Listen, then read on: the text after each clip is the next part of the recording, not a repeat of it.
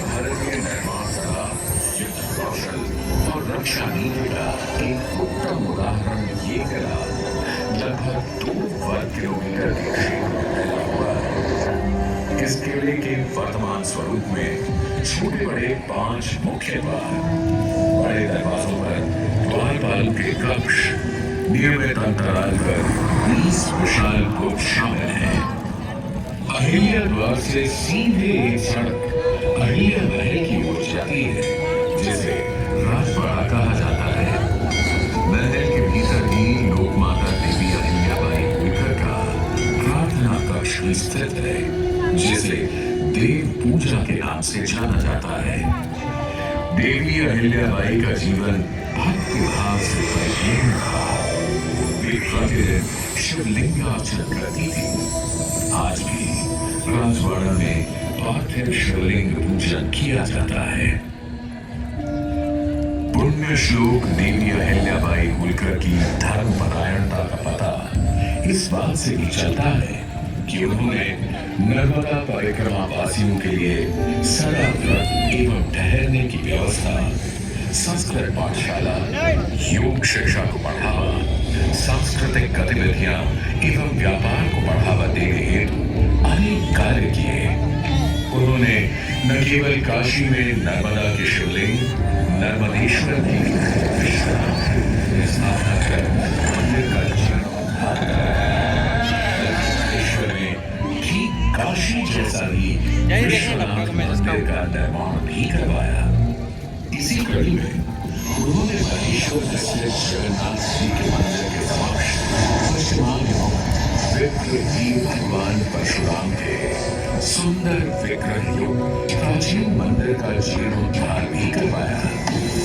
ऐसी मान्यता है कि पौराणिक नगरी महेश्वर भगवान विष्णु के अवतार विश्वेश्वर भगवान परशुराम की तपोस्थली रही है और आज भी श्रद्धालुओं द्वारा उनकी पूजा अर्चना का क्रम नियमित रूप से चलता है।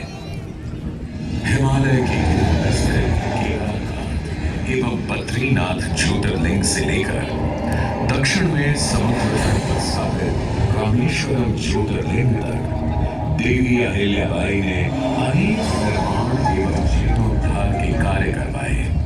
उन्होंने ओंकारेश्वर, त्र्यंबकेश्वर, जगन्नाथपुरी, उज्जैन, द्वारका, पुष्कर, नासिक आदि पूरे भारतवर्ष में मंदिरों के जीर्णोद्धार एवं निर्माण कार्य के साथ साथ अनेक घाटों, बावड़ियों एवं धर्मशालाओं का निर्माण कार्य भी करवाया। अपनी प्रजा की हर संभव सेवा करने के बारे में सोचती रहती राजमाता देवी अहिल्याबाई होलकर को एक रात उनकी बहू कृष्णाबाई ने कहा, माँ साहब, आप अभी तक सोए नहीं? ऐसी क्या बात है जो आपको इतनी देर रात विचलित कर रही है? नहीं, ऐसा कुछ नहीं। हम तो बस कुछ नए कानून लाए हैं जिनसे स्त्रियों के अधिकार सुरक्षित हो सके। अब हमारे राज्य में विधवाओं को पति की संपत्ति पर तथा पुत्र को गोद लेने का अधिकार मिल सकेगा। इसके अलावा न्यायपालिका को मजबूत करने के लिए राज्य में नियमबद्ध न्यायालयों का निर्माण कराया जाएगा। ये तो प्रजा के लिए बहुत ही अच्छा होगा माँ साहब।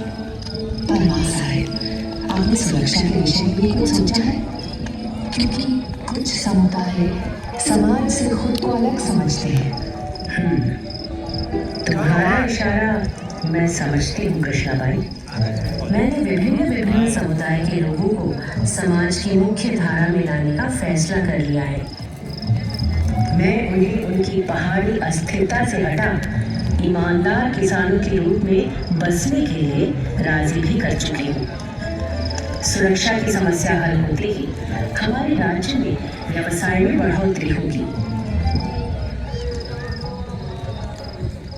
सुरक्षा के मंत्री द्वारा महिलाओं की सशस्त्र सेना भी बनाई गई।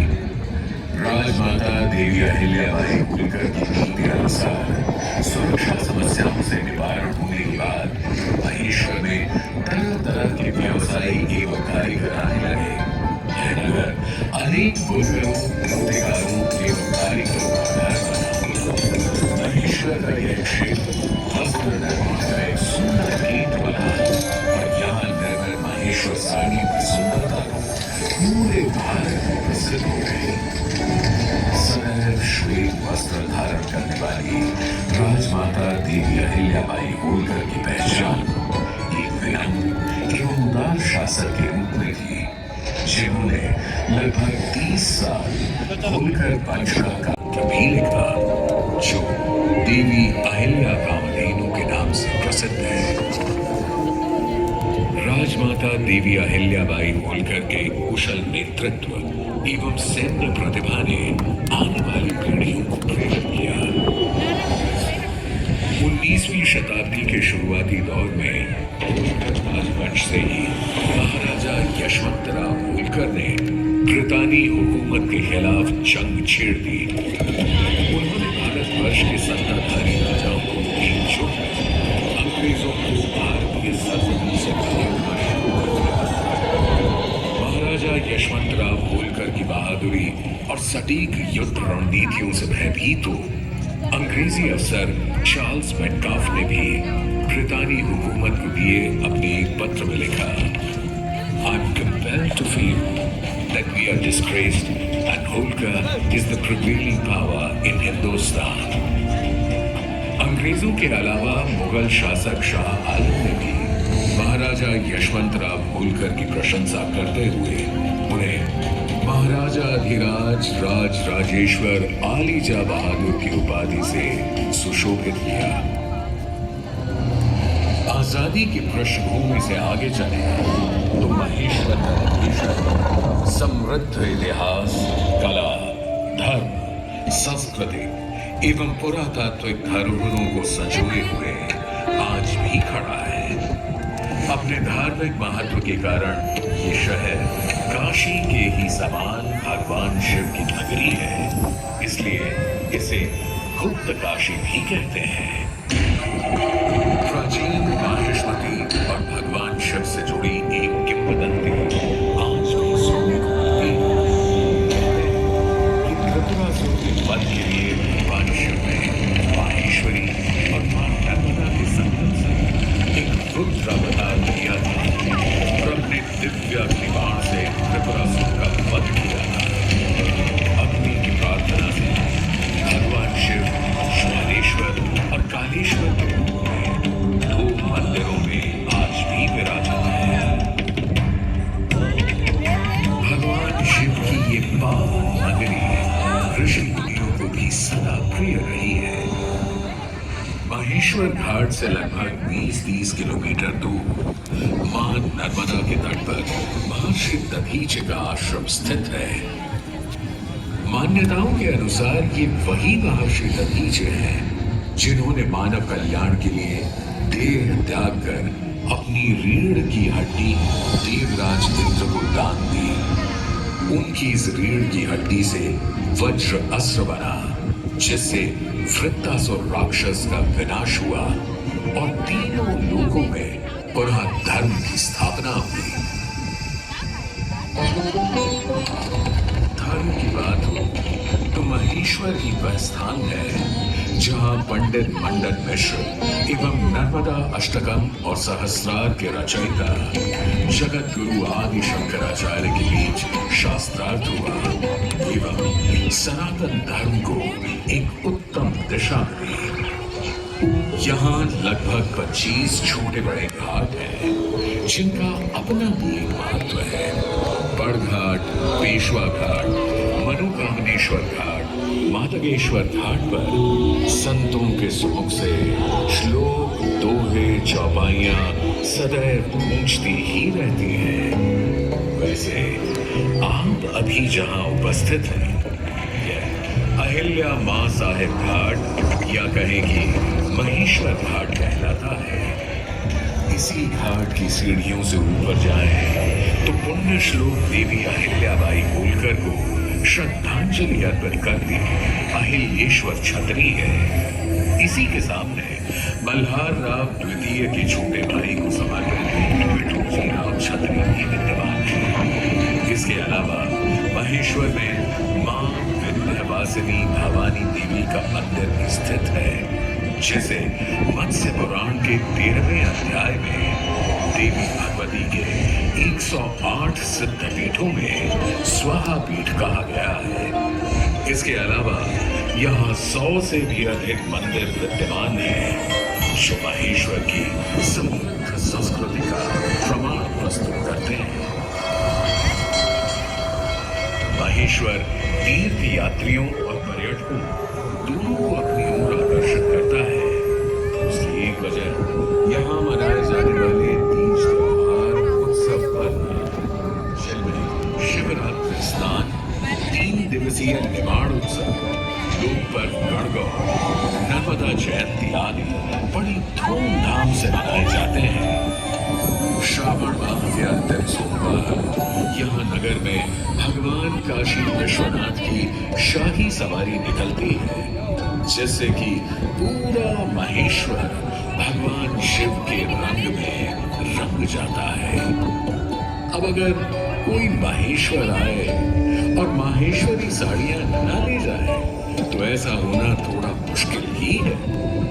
माहेश्वरी साड़ियों के निर्माण की वर्तमान व्यवस्था भी अहिल्याबाई की दूरदर्शिता का ही परिणाम है। लेकिन कुछ दशक पहले कम आय के कारण कारीगर इस कला को छोड़कर अन्य रोजगार अपनाने लगे थे। सन 1970 में हालात इतने खराब हो चुके थे कि यहाँ केवल 300 बुनकर ही रह गए। कुछ समय बाद लगभग सन 1978 में होलकर वंश के वंशज हिज हाइनेस महाराज कुमार शिवाजी राव होलकर और उनकी धर्मपत्नी शालिनी देवी होलकर ने इस कला को जीवित रखने हेतु एक नॉन प्रॉफिट सोसाइटी का निर्माण किया, जिसका नाम रेवा रखा गया। कर्नाटक, गुजरात, हैदराबाद और मालवा या कहें पूरे भारतवर्ष से कारीगरों को महेश्वर में सुविधाएं देकर स्थापित किया गया। आज इस कला को संजोए हुए लगभग 3000 बुनकर सक्रिय हैं। यह सोसाइटी कारीगरों को उनके काम के लिए एक आउटलेट प्रदान करती है और माहेश्वरी साड़ी प्रेमियों के लिए एक खूबसूरत साड़ियों को खरीदने का एक माध्यम मुहैया कराती है।